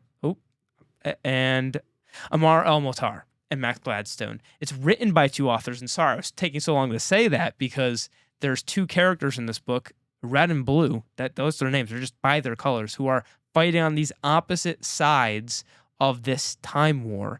And it's an incredibly poetic book, and it's an either love or lost love story. It's a love story of sorts, see where it ends, but it is this connection that they get through basically leaving each other notes throughout being in the world and changing and manipulating events, because red will be in one area and blue then comes years in the future to this area that red was and reads this note that has anybody left behind, her, or just red and blue. It's ambiguous. So you read these back and forth, and they start to gain this connection throughout this time war. To me, I believe they're both women, if I'm not mistaken. Okay. They're both women. Yeah, but this book was awesome. Yeah. It's such a unique book. I had a great time with this book. Yeah. So I really enjoyed this. I would put it into 11 to 15. Yeah, me too. I put it top of it. Top of 11 to 15. It is, you don't read books often like that. It was very, very fun, and the narrative structure, it can be confusing to a lot of people. I know that you just kind of get thrown into this time war, and the poetry of it, the prose can be a lot, but it has beautiful prose. Yeah, very it really fun. does. I will say, I think over time I started to connect more with one of the person's letters. And I was like, I think this person is the better Me romantic. too. I was Me like, too. and I loved All how the banger lines are coming from one of them. yeah. I was like, this guy's a sly dog. Yeah. Wow. I think that's correct though. Yeah, I'd put it at 11. Yeah. Mhm. That could be higher on a list, but we have so many good books. There's at least two more in this that we have left that maybe should go higher. I don't know. Some stuff may get dethroned. Yes, there is. Yeah. Okay. Next one is Gardens of the Moon, the first Malazan book. Pitch it. What'd you think? Thoughts on Gardens of the Moon, book 1. I'm not pitching Gardens of the Moon. I'm pitching Dead House Gates. Ah. You should read Gardens of the Moon because Dead House Gates is a banger. But if you're anything like me, you're not going to like Gardens of the Moon. It's a bad book. It's a book that deliberately nonsense. People who love the series will say it's not holding your hand. It's like, and it's supposed to be, ambitious. Like you just have to get into it. I get that, but it goes a little too hard in the paint for me. It to the point of I'm just so disconnected from how do I know if any kind of plot detail is important or not. Things just kind of happen. There is no rhyme, reason. It just appears out of nowhere. Maybe the book's great on a reread, but on a first read, I'm so disconnected because everything just feels at random. I don't like any of the characters except one. One character was the best. Kruppa was the man. Yeah. Other than that, didn't care for any of the characters, didn't like the plot. The world itself was kind of interesting, but not enough. So this would 100% be better on a reread. I without doubt, if we finish the series and go back, and now we have the context of who these what the worlds and characters are, I bet you the Malazan fans appreciate it more because of that. Yeah, I feel the same.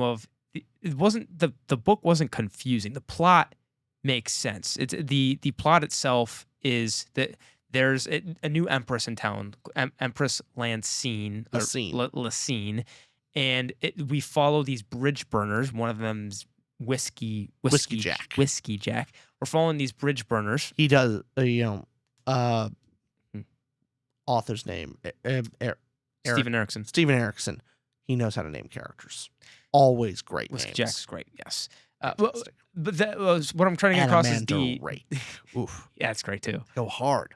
They do. The plot is understandable. It's just the stakes and knowing where should you feel emotional is hard to decipher. Initially, the book was written as a screenplay, and that was the goal of it. It was supposed to be a screenplay, but then changed into a book. So there's 33 different character point of views in the entire book. Now, if you're the type of reader who wants to get completely lost and immersed and confused at times, again, not confused, just kind of what's going on, things that you're supposed to be confused about in a way. It's not confusion of you don't know what's going on, but it's confusion in the sense of I don't know the significance of what's going on. I think that's very different. If I perfectly understand what's happening, but is this a random Tuesday? Is this a normal thing? Is this rare? What's going? What's the significance of the event I'm being shown? I'm thinking 26 to 30. We got to put something down there. I agree. What would you do? Where would this go for you? I'm almost open to anywhere. It's pretty close to these other books for me. I agree. Let's put above 1,000 Deaths. Above 1,000 Deaths and below Book That Wouldn't Burn? I think so. I completely agree with that. That's exactly what I'd say. Because Book That Wouldn't Burn, again, had a unique angle and a headset spin. All right, we're going to run into some trouble here because I insist that our top 5 has to change. Which one do you think has to get knocked out here? This next book is The Children of Time by Adrian Tchaikovsky, and has to be in the top 5. Okay, do you disagree? No, I love this book. It has to go top 5, it's but amazing. Our top 5 is already perfect though. So first, let's pitch the book, talk about it, because the more we talk in excitement, we can see maybe where it lands. So pitch the book, yeah. Children of Time I'm not given really anything other than chapter 1 stuff back of the book. But Children of Time, it starts off, humanity is at, a level of crisis event.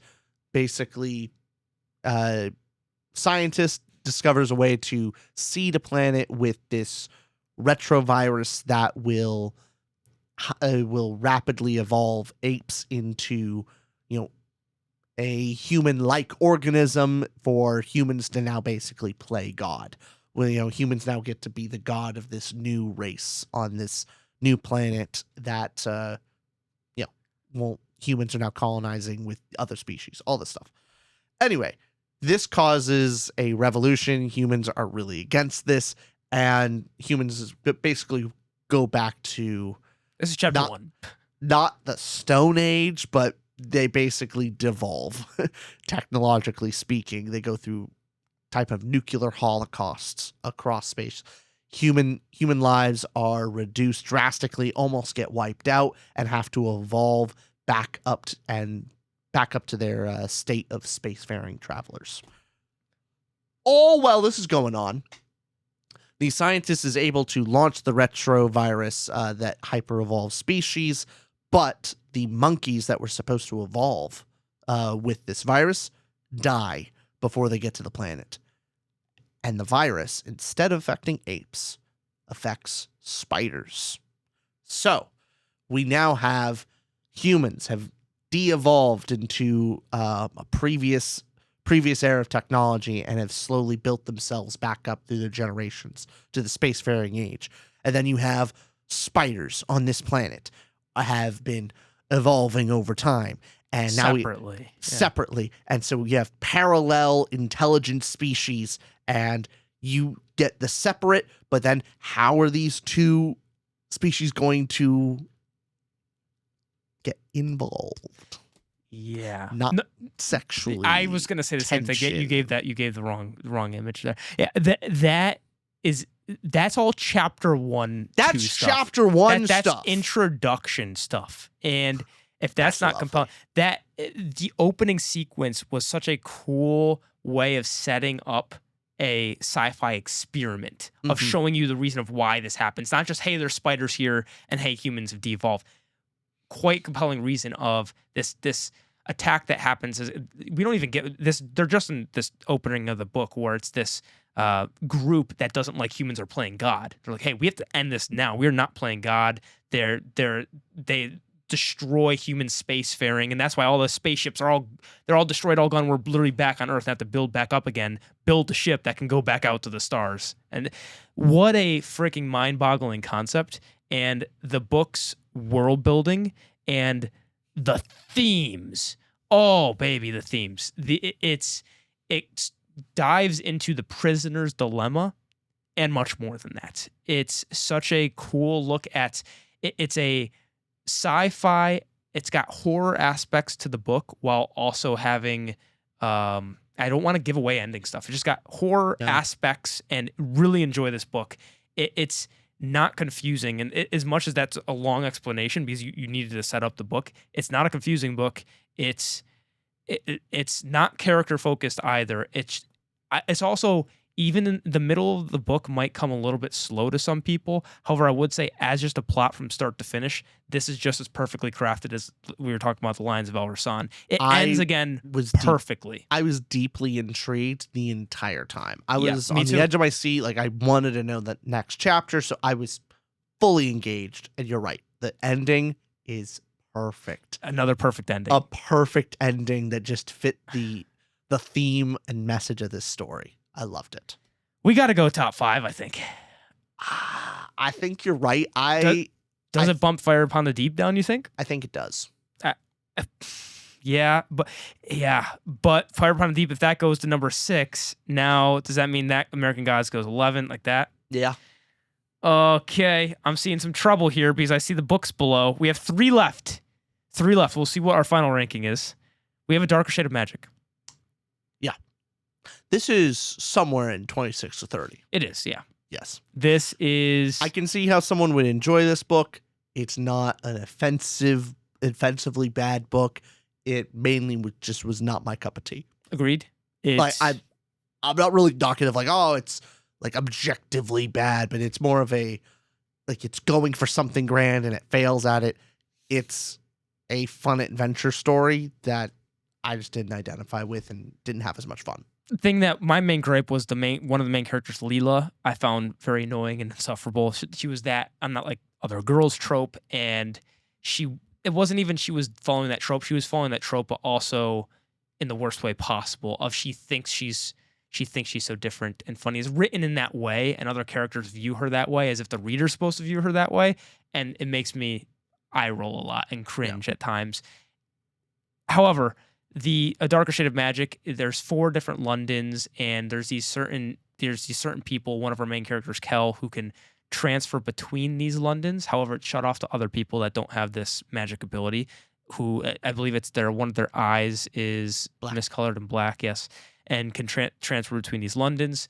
A plot ensues where there's Black London is shut down from everybody. It's the 4th London, and we don't know what it's all about. Apparently, there was a bunch of magic, went wild, destroyed, whatever. But there's this item from Black London that ends up in Kel's hand, and his goal is to go destroy it and go through all the Londons, hop away, and destroy it in Black London. He plans on even self-sacrificing, going, you know what, need to get rid of this thing because it's too dangerous. You can do that. This item from Black London, it's think about it's corruption. It's temptation. It's the ring. Yes. Think of that. Got to throw it in Mount Doom. That kind of story. But yeah, the characters like Leela, to me, insufferable, and it got romance in there. It reads more YA, new adult, that kind of space. So yeah. Where do you think I'm here? I'll hover it, and you tell me yes or no. Okay, you ready? Yes. No, but lower. You think there? Yes. Fair enough. I would put fair enough. We're one off, but okay, good. All right, our next one here is Empire of Silence. How funny it is to see this was a book club book. I know. We've reviewed every Sun Eater book now. Now, how do we look back on the OG, the first book for Sun Eater? I look back on it far more fondly than when I first read it. There are some key elements that I love to reimagine and think about the start of this story, but I have to acknowledge, like, yeah, the first book is the weakest link in the story. So, yeah. To me, it's definitely the worst Sun Eater book, and I didn't continue on the book 2 for a long time because book 1, this happens with so many authors. Book 1s, you can see their influences are just written on their sleeve of it. You feel the Dune mashup. You feel that you've seen this stuff before. And how many times do you hear that complaint about books? All the time. And after reading Book of the New Sun, we also see that, though that's more book 2 influence, but book 2 stuff. Still. But so book 1 does, to me, it was disappointing because chapter 1, where we have this setup of, we find out Hadrian I can't even talk about Hadrian Marlowe the same, thinking back to book 1, because it's one of my favorite series, and we've read 6 of the books now. How do you go back? I don't even want to talk negative about this. Also thinking about, like, our discussion of book 6, of the theme of the story, ties so well into, like, a big part of our complaint of, like, the setup of chapter 1 of Empire of Silence. Why are we given the ending of the story right then? And then, like, we get the ending first, and now we get to go on with the story. That seems foolhardy. Why did he do that? The setup is we find out right away he destroys a sun. Hadrian Marlowe, chapter 1, kills billions of people, and this is a story of why he does that. And we know, like, that's how the story ends. That is the end of the series. End of the series. That we get the ending scene of the series from the very first chapter. And I love that our discussion with, like, book 6, it makes so much sense, and it comes full circle, and it's so meaningful. I want, just as this book alone, though, of this book, just Empire of Silence. When I was reading it at the time, and if I'm comparing it to all the rest of the books, of course, Hadrian Marlowe comes across as very melodramatic in this book 1, and young, youthful, and it's not all deserved. And he kind of goes through these plights in the book that this is the thing. So Rocky, when he was writing this, wasn't a plotter yet and didn't know how to plot a book, and hadn't until Howling Dark book 2. And so it kind of meanders a bit. There's scenes that could be removed in the book. There's kind of more I don't want to say the actual plot beats that happen, but it's things you've probably seen before. And the interesting element is, what are these Cielson? What's this alien race that you get introduced to that Hadrian Marlowe's interested and fascinated in? What are the Quiet? What is the Quiet? Yeah, what is all this? You get all that interesting world stuff, which that and your recommendation maybe continue to book too. As the first one goes, I was more on the, I'd say, even 21 to 25 range. However, would you bump it up a little bit higher because of our love of Sun Eater? And I would think so. So you want to put it right in 16 to 20? At the bottom, yes. Bottom. That's fair. I would put it lower just on individual experience, but I can't. I am looking at this with Hadrian tinted glasses. I can't not look at that and go, that started this series. Yeah. We've done a horrible job at pitching that. Sorry, because we're jumping around to the future. So if you're watching us for the first time and hearing Sun Eater out of our mouths, instead of listening to this for our pitch, go watch our Howling Dark review. Go watch that one. And yes, that is what to watch. That's why you should read this series. Okay. This is our last one. The 31st book to top it all off is Dune by Frank Herbert, a classic. Yep. I insist that this book be in the top 5. I insisted Children of Time. It's only fair you Dune. insist. Something has to go. Personally, I would accept Annihilation moving down into the 6th place category, and we put Dune in there. But I think Dune goes above Children of Time. At minimum. It's Dune. The Big Daddy. The Big Daddy of sci-fi. The Big Daddy that has been toppled by Bigger Daddy Rockio. It's... I want to agree with you. But... my honest thought, Dune's great. Dune's great, and I was surprised how much I enjoyed my time after I watched the movie first. Mm-hmm. My hot takes didn't like the first movie, and then read the book and got so much more out of the book. World building's top tier. How many books are influenced by Dune? I remember every scene from Dune. So it's one of your favorite books ever. I know all the scenes. I'm emotionally invested in so many of these characters. I find the themes very interesting. The world building is almost second to none. It is Dune. I'm actually fun. I actually have a fun project. I'll show you. I want to make a Gom Jabbar. There's a fun thing. Wow, cool. There's a cool science project. I'm going to show you later. We have one of Dune's. Where is it up there? It's fine. I'm going to make actually, it's not the Gom Jabbar, but it's the box of pain. It's fun. This is a side relevant tangent that I'm going to give a science lesson. Fun. Now, did you know that you can actually simulate pain without causing damage? It's actually fun. Put a fork, a metal fork, into a cup of hot water or like really warm, like hot tap water, and then put it into a cup, and then put another one into a cup of like cold water, and basically lay the forks on the table, and then put your hand down on it. And basically, your hand cannot register the concept of hot and cold in the same area, and it causes a sensation of pain without actual damage to the skin. I want to do that for the Dune box. Side tangent, science thing over. Sorry, I had a phone call. Yeah. I had to check that real quick. It's cool. I'm sure it was. I'm gonna do it for you. Like after recording, I'm gonna show you the science experiment. No. Yeah. No. I'm gonna cause you pain. Don't. The science experiment is somehow gonna get moved in the pod room. You're gonna be like, wait, now we need to upgrade our equipment so that we could fix the Gom Jabbar. We need to make the Gom Jabbar audio interface work, and then we're gonna be like, all right, now we gotta fix it. Don't you want to experience pain without damage? Isn't that a fascinating concept? I will let you show me every single. You get my full attention. This just has to go to the 6 to 10 category. Absolutely not. Okay, if I'm going to run through, Piranesi is a better book than Dune. Sword of Kaigen's a better book than Dune. Guy Gavriel's Lions of Al-Rassan is a better book than Dune. I'll give you that one. Annihilation's a better book than Dune. No.